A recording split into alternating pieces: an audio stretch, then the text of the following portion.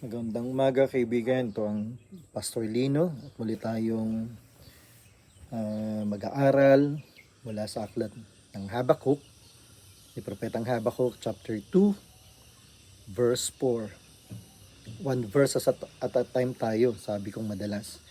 Behold, as for the proud one, his soul is not right within him, but the righteous will live by his faith.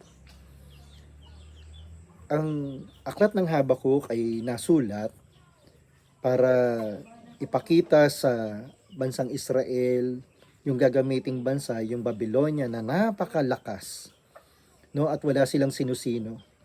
Sila ay mga taong napaka matigas. Pinagtatawanan nila ang mga hari nung panahon nila. At si Habakuk sa chapter 1 ay nagtatanong sa Diyos, bakit yung mas masama kaysa sa bansang Israel ay gagamitin para disiplinahin sila as a nation. Yun ang tanong niya, no? Sa chapter 2, ang Diyos ay tumugon, at sa chapter 3, yung damdamin ni Habakuk ay sinabi niya uli sa Panginoon at nabuo sa kanya ang patuloy na pagtitiwala.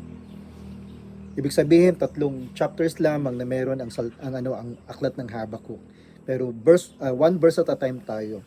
Ang sabi ng chapter 2 verse 4, Behold, as for the proud one, his soul is not right within him, but the righteous will live by his faith.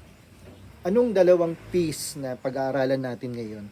Una, yung proud one, referring to the Chaldeans or the Babylonians, sapagkat sila ay lubhang malakas na bansa, no, sa panahon natin parang US o kay China o kaya yung ibang nasa Europe.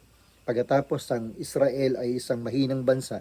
At sa chapter 1, nasaysay na sabi ni Habakuk na parang unfair yun, no? Nagagamitin yung isang masamang bansa para sila'y disiplinahin, bunga ng kanilang pagsamba sa Diyos-Diyosan at kawalan ng hustisya sa bansa nila. Pero yun ang sinabi ng aklat ng Habakuk na talagang gagamitin nila. At ito yung nangyari, no? Na naalala nyo sila Daniel, yung kanyang mga kaibigan, si King Nebuchadnezzar, ito ay hari ng Babylonia at sila nga ay tuluyang nasakop nito.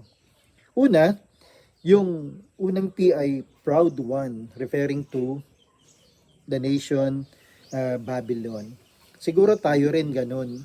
Minsan nagiging proud din tayo sa sarili natin kapag tayo ay malakas, tayo ay nasa posisyon, ang alam natin tayo ay hindi matutumba, matitinag. Maraming tao sa panahon natin ngayon, ang tila akala nila sa sarili nila wala silang hangganan, no? Nakalulungkot. Pero ang nakatutuwa, merong lesson na iniiwan ng Panginoon paano tong chapter 2, it is a response, a reply of God to Prophet Habakuk. Ang sabi niya dun sa 4b, but the righteous will live by his faith. Nakakatuwang isipin, parang pinag-compare ni God dito sa book ng Habakuk yung pride tsaka yung faith bilang isang paghahambing na yung mayabang nakaasa siya sa kung saan ano ang kalalagayan niya. Pero yung isa ay tatawagin natin prudent one, no? Ibig sabihin siya ay merong ability to govern and discipline himself with reason o kaya with wisdom. At ito ay yung mga taong nabubuhay sa pananampalataya. Nakakatuwang isipin, kaibigan, na sa panahon natin, kahit pangkaraniwang tao tayo, meron tayong magagawa. Ang magagawa natin ay sumampalataya sa Panginoon.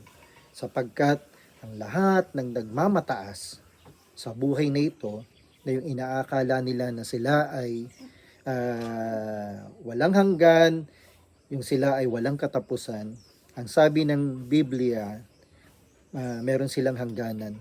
Pero ang nakatutuwang isipin, ang matuwid ay mabubuhay sa kanyang pananampalataya. Kaya yun ang aking pamamanhikan sa inyo kaibigan na tayo'y mabuhay sa pananampalataya sa Panginoong Heso Kristo. Pagpalain ka ng Diyos, mahal ka ng Diyos kaibigan.